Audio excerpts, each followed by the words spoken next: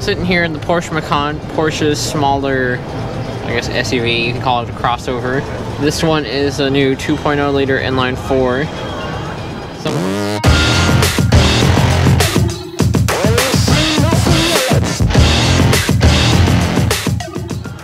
Some of them come with a twin turbo, I imagine twin turbo V6, especially in the GTS trim, but this has a nice Alcantara wrapped steering wheel, the classic triple gauges there, German style, you know, light switch. Impressive. Looks like you put the key over here too. Classic Porsche with the keys. Little paddle shifters in comparison to most cars. Drive selection here. Very nice. Drive mode. Carbon fiber accents. That's what I can see. Looks like it. They could be. Nice. They might be genuine. They might be plastic. I don't know. Yeah. But given it's a Porsche, you would assume that's genuine carbon fiber. Yeah. It's a very nice vehicle, though.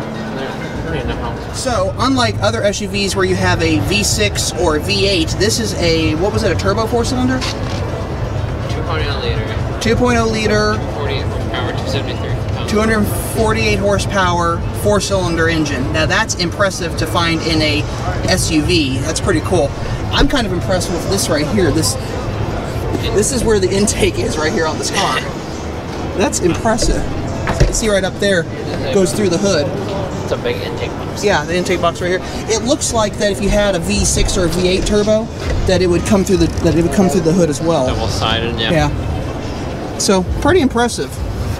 This is the 2019 Audi Q8, their new SUV. Same platform as like the Bentley Bentayga, the new Lamborghini SUV, and what's in front of us, the Q7, with their redesigned interior that's also slightly featured in the Audi A6. Nice leather, typical to Audi. Big center console. Pretty impressive, actually. And they've got nice, like, touch screens. Your climate control is now on a big touch screen down here. Audi Drive Select. So it's touchscreen climate control. Touchscreen climate control, touchscreen. That's impressive. That is. That's impressive. This is also an S-line trim, so it's slightly more upgraded too. Yeah. Yeah. Now, what's interesting to me with these cars is that I don't always see frameless doors on an SUV. The seat just moved back as you opened the door. Oh, that's kind of cool. So if you close the door, probably it'll move up on me. But it did not. It didn't? But here, watch. It might move so you can get out of the car. Yeah. Digital gauges as well. A lot of luxury automakers are moving to digital gauges. Nice wood as well on the interior. Did you notice the Audi temperature and fuel levels? My camera can't turn that far. Yeah. They're like a flat, almost digital panel themselves with the Audi's got the, you know, the puddle lights. This is something a lot of automakers have been doing. They've been putting their emblem on the puddle lights when you open the doors. Now my Mini even has that as well. Pretty nice, actually. It is. And really long back doors. More puddle lights there. Lots of space in the rear. This is definitely a car you can carry your family around in very comfortably. That's impressive. That is seriously impressive. Come look at this. It's like really long back doors. Now this almost has wagon or coupe-like styling. LED taillights, big wheels, and a $81,000 price tag.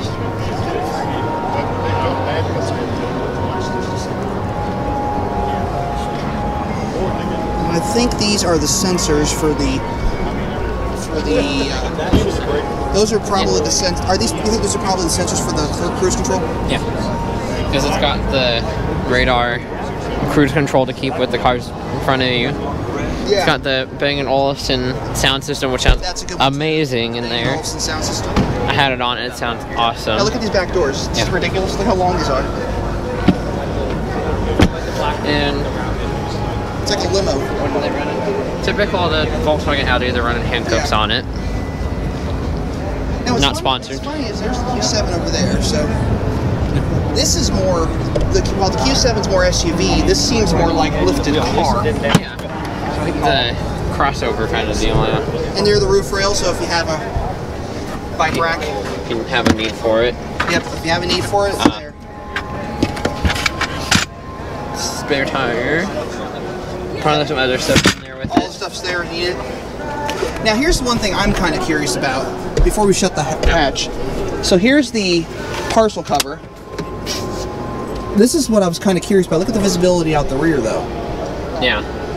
Take the headrest out. That might be. I mean, that's a fairly narrow visibility gap. Yeah. I mean, I'm sure the rear view, most of the rear view mirrors in a lot of these cars these days actually make it a little easier to yeah. And then if you're backing up, you've got the camera, of course. I'll tell you what motors and in push this. button to close. Sitting in the Audi A6. It's got similar interior to the Q8, but it's a luxury sedan. Kind of. It's about $69,000, Yeah. give or take. It's S-line trim, 3-liter turbo. It's pretty nice. What do you think of the inside of it? You like it? Comfortable interior, you know. You think you could take this over your Volkswagen? If I had the money to, I definitely would. You and me both. If I had the money, I'd buy everything. This is kind of the competitor for the E-Class Mercedes, and like the Q8, it has the touchscreen climate control, touchscreen radio, which they've done an amazing job at, like just fitting it in here. Yeah. With this dark wood trim and the center console here. Ooh, charge pad for your phone, SD card, 2 USB ports. It's a pretty nice car. It really is. They're simple seat controls here, but they're... Is it power seats as well? Obviously power seats. I mean... That move back when you open the door. Yeah. Simple, you know. Lots of wood grain as well. I like how Audi's kind of keeping the circular but squared look to the steering wheel. See, a lot of luxury brands, they do things that you want, they do things they know their customers want. The customers want luxury, they want refinement. Little, like, sunglass pocket. They want the bells and whistles that they might even have in their own homes. Yeah. So that's what you would find in their cars, naturally. I could see some people, I guess if you look at like the S5 that's in front of us, or, you know, the Audi S3, they might say, where's the flat bottom steering wheel? But this is the luxury car, so you're not looking for the sporty flat bottom steering wheel. And these are cars that you also don't get with manual transmissions usually, because most of the people who buy these tend to be businessmen. They live in the cities, they live in the suburbs, they fairly upscale, wealthy people, Fortune 500 companies probably. They would probably don't really need all the, well, it's still fun to drive, but I mean, they don't really want to have to shift their own gears, especially if they might be sitting in traffic. That's interesting. The switches over here. The lights come on? It's like it looks like you just touch it, but it's a push button. That's kind of cool. Turn those on, I want to check out the lights. So, this is kind of cool. So, LED headlights. Very nice. Very cool. And again, we have the cruise control sensors, so you can do this is adaptive cruise control, so that's pretty cool. And there's lots of sensors on these cars now. These are just some of the safest vehicles you can buy now. Those look like, those are 20-inch wheels. Those are some big wheels. That is interesting. The weird thing, this car has 20-inch wheels. The weird thing is they don't look that big, though. No. Because of the thicker tires. This one's also got the Bang & Olufsen, but this is weird. Adjusting the settings, it does a click, but then it also like vibrates behind the screen, so you feel like you're actually... So it's a haptic thing. Yeah, it's a haptics feedback thing, so you feel like you're adjusting something, but you're really just dragging your finger across the screen. Very impressive. Pretty interesting little tidbit. And then you get to the back seat. Plenty of room back here. It is a good luxury sedan. It is. Now, would it pass the golf club test? The golf bag test. Yeah. Let's see if we can fit. Yep, I think you could fit several bags of golf clubs back here. Does it? That is a big trunk. it fit multiple golf bags in there. And it's got the, let's see. And a full-size spare. Full-size temp spare, actually. So it's not a full-size spare, but it's a same size as the standard spare. So that's pretty impressive, too. Cleaning cloths for your touch displays. Interesting. Yep. Those are tie-downs. Yep, those all. Because you got, looks like maybe a jack under here and stuff. Yeah, it has all the toolkits and everything. Most of the European cars, they put in toolkits so you can all... A 12-volt cover. Yeah. But most of the most of the cars, they put in toolkits and stuff so you can... Well, not that you're necessarily... That's kind of cool. You can hinge it. But not like you're going to do your own fixing, but... Yeah. Even... This isn't something brand new. The cars having the toolkit back there. Yeah. My Volkswagen has it, but hey. That's still one of those things that you look for in a car. Yeah. A lot of people wouldn't. Well, I mean, BMW even at one point back in the 80s and 90s, they had the toolkits inside the trunk lids. Yeah. So it's not unusual to find a lot of European cars now with trunk toolkits. Yeah. It's got. It's basic tools. It opens for you. Yeah. That's just an emergency release. Look how big the trunk is. Yeah. Yeah, you want that in there. Yeah, you need an emergency release in the trunk that big. I feel like some people will say, "Where's the?" Now here's something. Hold on. Here's something I've noticed. I just noticed this. This is kind of cool. You know how some of the cars you would see like exposed metal. Yeah. For the hinges. They cover them up. That is actually really nice. That's a touch that you might not necessarily see, and you might not necessarily appreciate it if you didn't even notice it. So that's kind of a neat thing. I'm liking the fact that when you close it, you can go.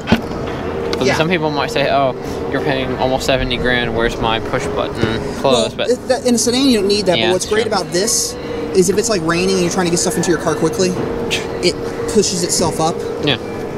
And then you can shut it.